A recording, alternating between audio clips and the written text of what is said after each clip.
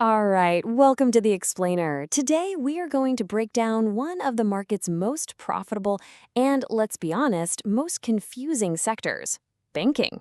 You know that feeling, right? When you're sure you found a great bank, but your stock screener just screams danger?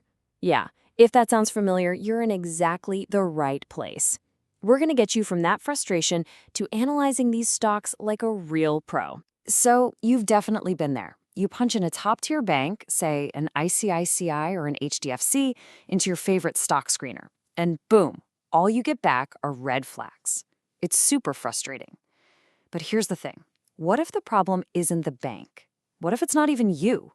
What if the tools themselves were just wrong for the job? And this right here is the heart of the problem. See, we're taught that for a normal business, lots of debt is bad. But for a bank, debt is literally their business. A bank's whole game is to borrow money, that's our deposits, and then lend it out to make a profit. So you can't use the same rulebook. It's a totally different animal, and it needs a totally different set of tools to understand it. Okay, so let's get into it. First things first, before we can build the right framework, we've got to tear down the old one. We're going to bust a few key myths that make those standard stock screeners pretty much useless for banking stocks. So, myth number one. High debt is dangerous. You know, for most companies, that's absolutely true. It's a huge warning sign. But for a bank, high debt is the engine. It's the fuel. Think about it. A bank with a really low debt-to-equity ratio isn't a safe bank. It's a bank that's not doing its job. It means it isn't taking in enough deposits to lend out. It's basically a car with no gas. Okay, here's another one that trips everyone up. You see negative operating cash flow and you immediately think, uh-oh, this company is bleeding cash. But with a bank, it's often the complete opposite. It's a sign of growth. That negative cash flow means money is going out the door to create new loans. And those loans, those are the assets that are going to make the bank money down the road. So yeah, negative cash flow can actually be a really good thing here. So what this all means is we got to throw out the old tools and pick up the right ones. You can't use something like the current ratio. It just doesn't apply. Instead, the pros and the regulators use something called the capital adequacy ratio, or CAR. All it does is check how much of a capital cushion the bank has compared to its risky loans. It's the real test of a bank's ability to survive a crisis. This is the metric that truly tells you if a bank is safe. All right, so we've busted the myths, we know what not to use. Now for the fun part. Let's open up the professional's toolkit and look at the key numbers that really tell the story of a bank's health and profitability. First up is probably the most important one, net interest margin, or NIM. Just think of it as the bank's core profit margin. It's basically the spread between the interest it earns from lending money out and the interest it has to pay for borrowing money, on our deposits. The higher the NIM, the more profitable the bank is. Simple as that. A good rule of thumb? Anything over 3% is looking pretty strong.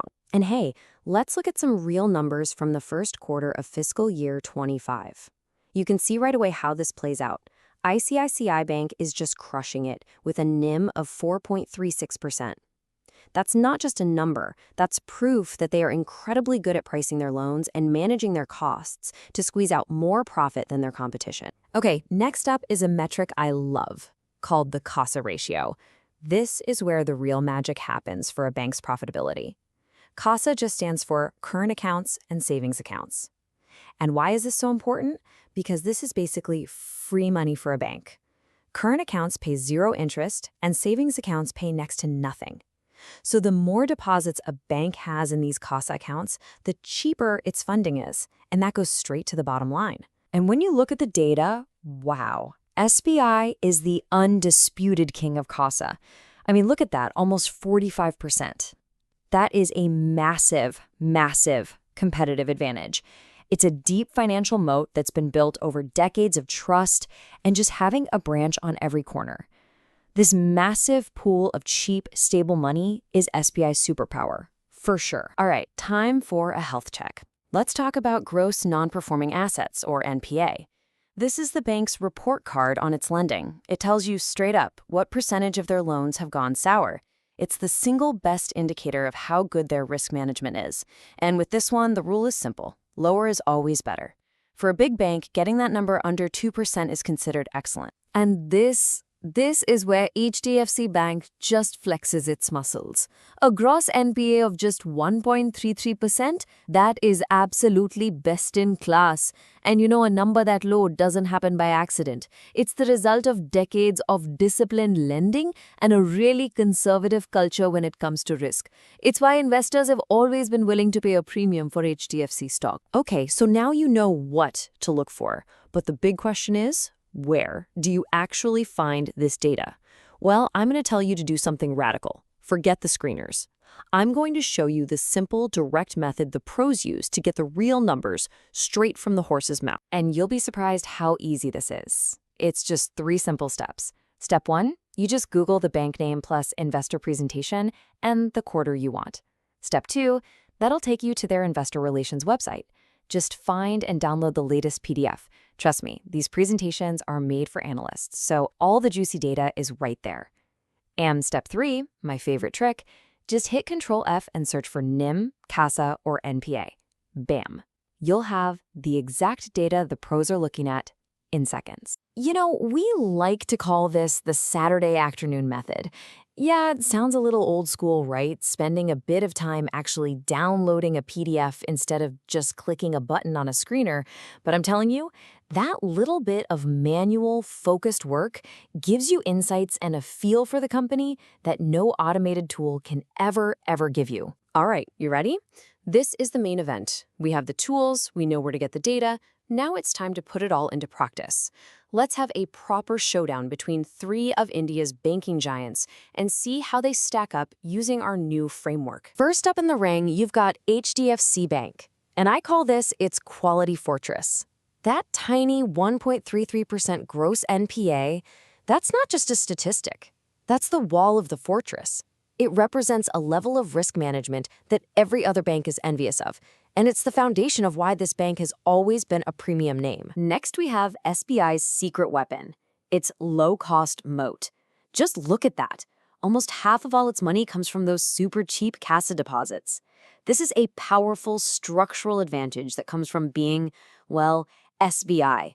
Its massive scale gives it this incredibly stable, cheap source of funding that can weather any storm. And here it is, the final verdict, all laid out side by side. You can really see the different personalities of these banks, can't you? You've got ICICI, the profitability machine, leading the pack on both NIM and return on equity. Then there's HDFC, the king of quality, with the lowest bad loans and the biggest capital buffer. And finally, SBI, whose raw power comes from that unbeatable CASA ratio. So what's the takeaway? ICICI and HDFC look like your A-plus all-around top performers. SBI is still a powerhouse, but its strength is very specific, and it's playing a different game. So what do you do with all this information?